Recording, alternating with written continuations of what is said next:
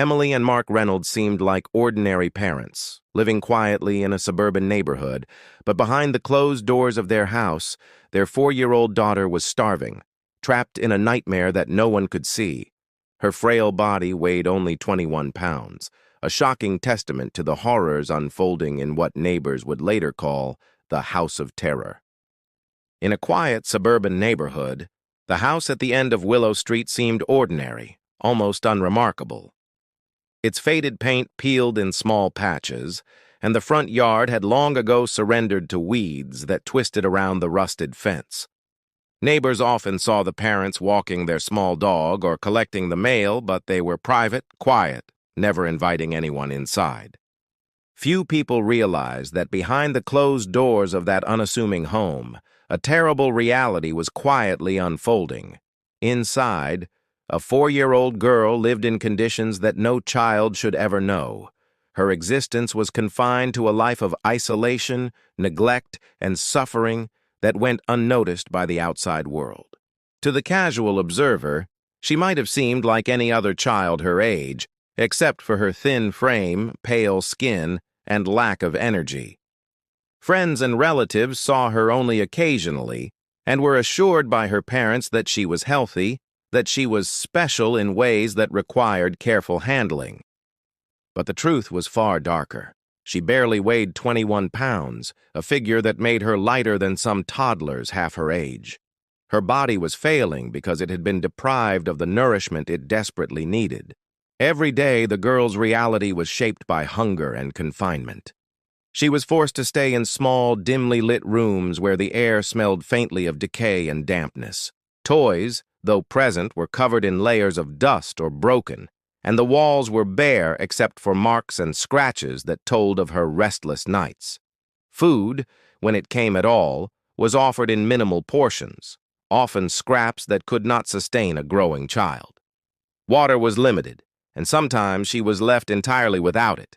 Her tiny stomach ached constantly, her muscles weakened from lack of exercise and proper nutrition, and her skin lost its natural glow. The girl's eyes, once bright with curiosity, now seemed dull and distant. She no longer ran across the yard or laughed at small delights. Even movement required effort.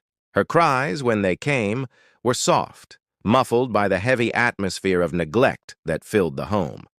Outside, the neighborhood carried on as usual, unaware of the life confined within the 4 walls of that fading house. Mail carriers, delivery drivers, and casual passers-by noticed the curtains drawn tight, the overgrown yard. But no one questioned it deeply. It was easy to assume that the family simply valued privacy. But inside, time was passing in slow, cruel increments. Every day of neglect chipped away at her health and spirit, leaving her increasingly vulnerable. No doctor visits, no play dates, no safe place to call her own.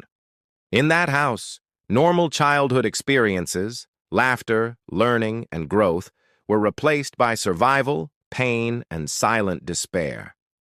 The world outside went on without knowing that a tiny life was being diminished, a life that would eventually demand the attention and action of authorities who could no longer ignore the evidence of cruelty hidden in plain sight. The girl's life inside the house was controlled entirely by her parents, who dictated every moment of her existence with rigid, punishing rules. She was rarely allowed to leave the confines of her rooms, and the few times she did, it was under strict supervision. Interaction with neighbors, relatives, or any outside adult was discouraged or outright forbidden. Her parents insisted that the outside world could not be trusted and that the child's safety depended solely on their control. This isolation became a weapon against her, preventing anyone from noticing her deteriorating condition until it was nearly too late. Her days were a monotonous cycle of neglect. Meals were scarce and unbalanced, often consisting of barely enough food to quell hunger for a short while. Sometimes she was given only a small piece of bread or a spoonful of rice. Occasionally, the parents would withhold food entirely as punishment, claiming that the child's behavior warranted such measures. Even water, which should have been freely available, was limited or denied for long stretches of time. The girl's tiny body, deprived of nutrients and hydration, began to weaken. Her muscles atrophied from lack of movement, and her bones grew fragile. She could barely stand for more than a few minutes, and her coordination suffered. Playing, running, or engaging in activities typical for a child her age was no longer possible. Her laughter disappeared, replaced by long stretches of silence and stillness. The girl's emotional development suffered alongside her physical health. She learned to fear the consequences of her actions and to anticipate punishment in every interaction. Her tiny frame would shrink further as her spirit waned, and the natural curiosity and joy of childhood gave way to quiet compliance. Any attempt to cry out or seek comfort was met with reprimand, further teaching her that survival meant silence. The home, once a place that could have provided safety and warmth, became a cage. The walls bore witness to a slow, relentless decline. The air was thick and stale, heavy with odors of neglect and decay, and the rooms were cluttered with broken furniture, unwashed laundry, and rotting remnants of food. Even when the girl attempted to move about or play, there was little space or stimulation. The outside world remained a distant memory, accessible only through the narrow cracks of a drawn curtain or a small window that she was rarely allowed to approach. Within the home, the parents maintained an oppressive routine, each day blending into the next with little variation. The girl's body, now drastically underweight, became a living testament to the cruelty and control enforced by those who were supposed to care for her. Every missed meal, every day of isolation, and every moment of punishment pushed her closer to the brink. Though the parents believed they were maintaining discipline and order, their actions had created a nightmare. The child's suffering was invisible to outsiders, concealed behind a facade of normalcy and privacy. Only the faintest signs, a thin arm glimpsed through a curtain, the softest whimper heard in passing, hinted at the tragedy unfolding within. Each day that passed, the girl edged closer to a point from which recovery would require not only medical intervention, but also the restoration of trust, care, and love that had been denied to her for far too long. The girl's desperate situation might have continued unnoticed if not for the small but persistent observations of a neighbor.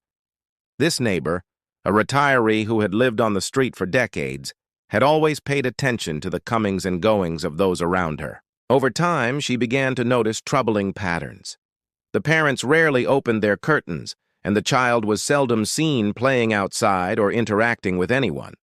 Occasionally, a fleeting shadow of a small figure would appear at a window, but she seemed listless and weak, unlike other children in the neighborhood.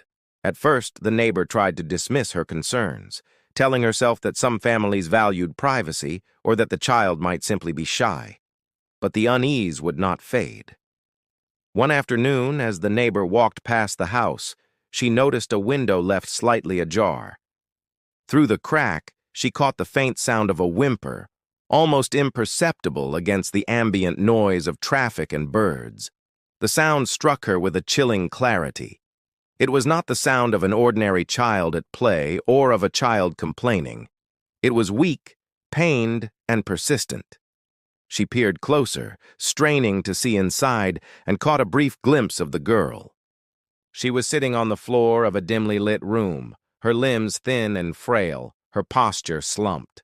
Her clothes hung loosely on her small frame, and her eyes, wide and vacant, seemed to hold a quiet plea.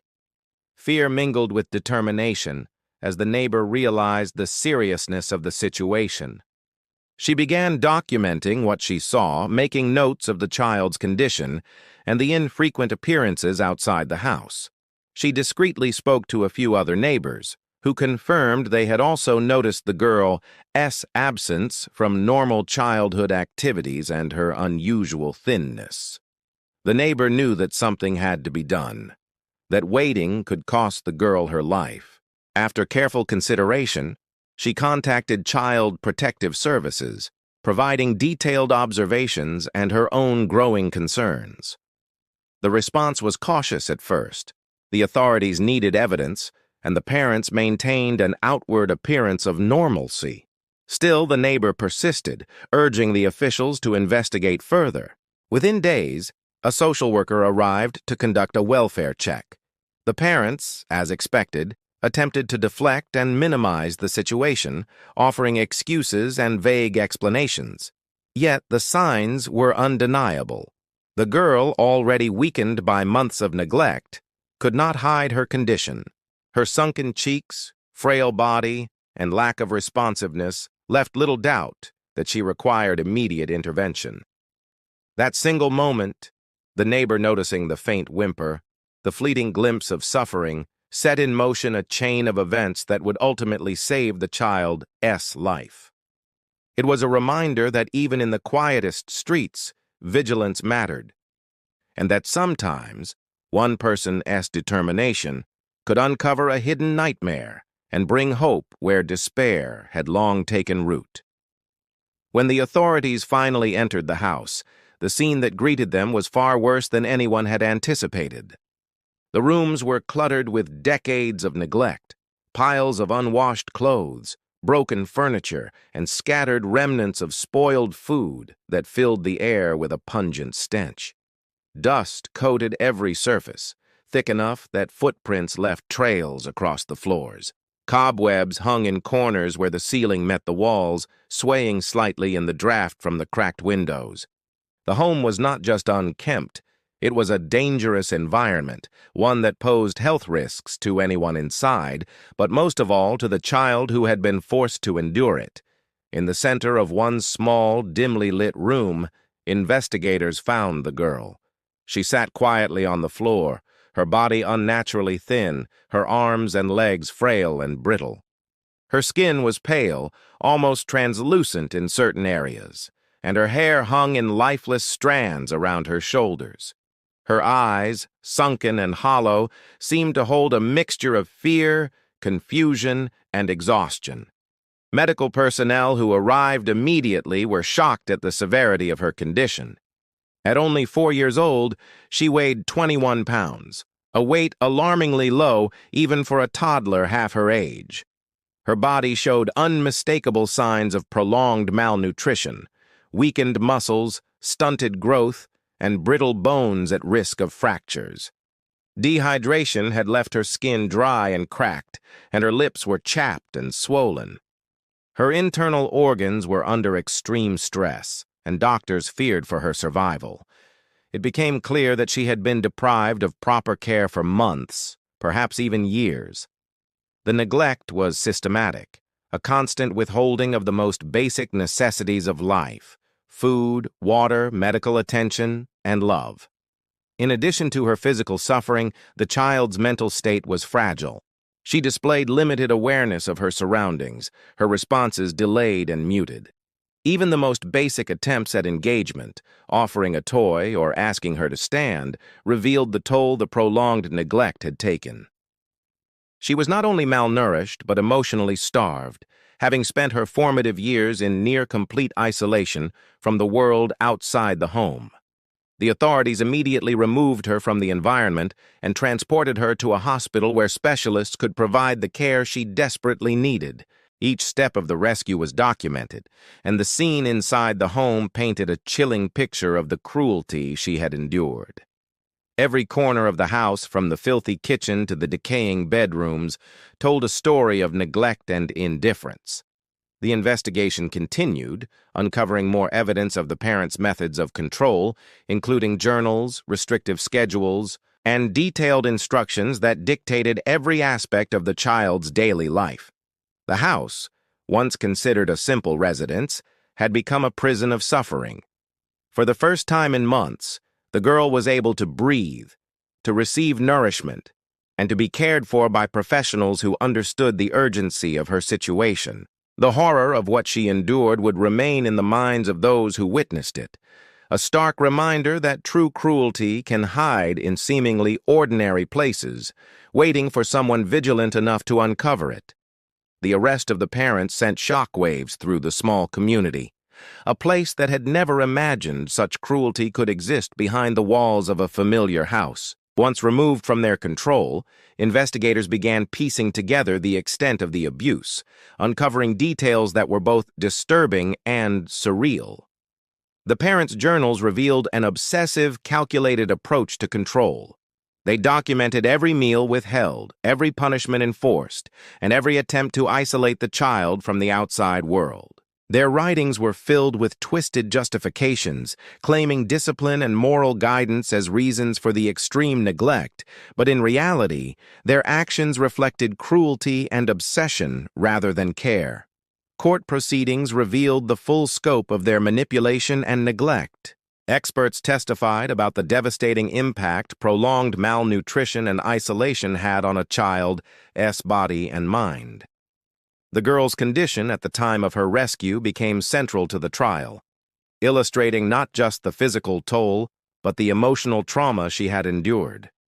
Her recovery, though slow, was remarkable. Doctors carefully monitored her weight, ensuring she received the nutrients she had been denied, and therapists worked to rebuild the trust and emotional stability that had been shattered. Each small step, learning to eat without fear, regaining strength in her limbs, and eventually speaking in her own voice, was a victory against the months of oppression she had suffered. The parents faced serious charges, and the trial became a national story, drawing attention to issues of child neglect and the dangers of extreme isolation. Community members, once stunned into silence, rallied to support the girl, providing a network of care that contrasted sharply with the environment she had been forced to endure. The story highlighted how vigilance and persistence, even from a single concerned neighbor, could save a life. As the case unfolded, it became clear that the girl's survival was not only a matter of chance, but the result of careful observation and decisive action by those who refused to ignore warning signs. The courtroom was tense as the prosecution laid out evidence, detailing the parents' methods and the condition in which the child had been found. Every photograph, every medical report, and every testimony painted a picture of deliberate neglect. The parents, once shielded by a facade of normalcy, were exposed as the architects of a nightmare that had stolen precious months of a child's life. Outside the courthouse, the community struggled to reconcile the horror with the familiar faces they had known for years. The tragedy sparked conversations about the responsibilities of neighbors, teachers, and social services in recognizing early signs of abuse. While the girl's recovery continued, the psychological scars would remain a long-term challenge. Therapy and consistent care aimed to restore her sense of safety and belonging. Yet every day was a reminder of what she had endured. Over time, she began to thrive in a supportive environment, her small body gradually gaining strength and her spirit slowly returning. The case became a cautionary tale, a story of vigilance, resilience, and the enduring consequences of cruelty. It served as a reminder that true horror does not always appear in extremes. Sometimes it hides quietly behind closed doors, waiting for someone brave enough to intervene. The girl's journey from suffering to survival became a symbol of hope, a testament to human resilience and the power of intervention to change a life once it seemed lost.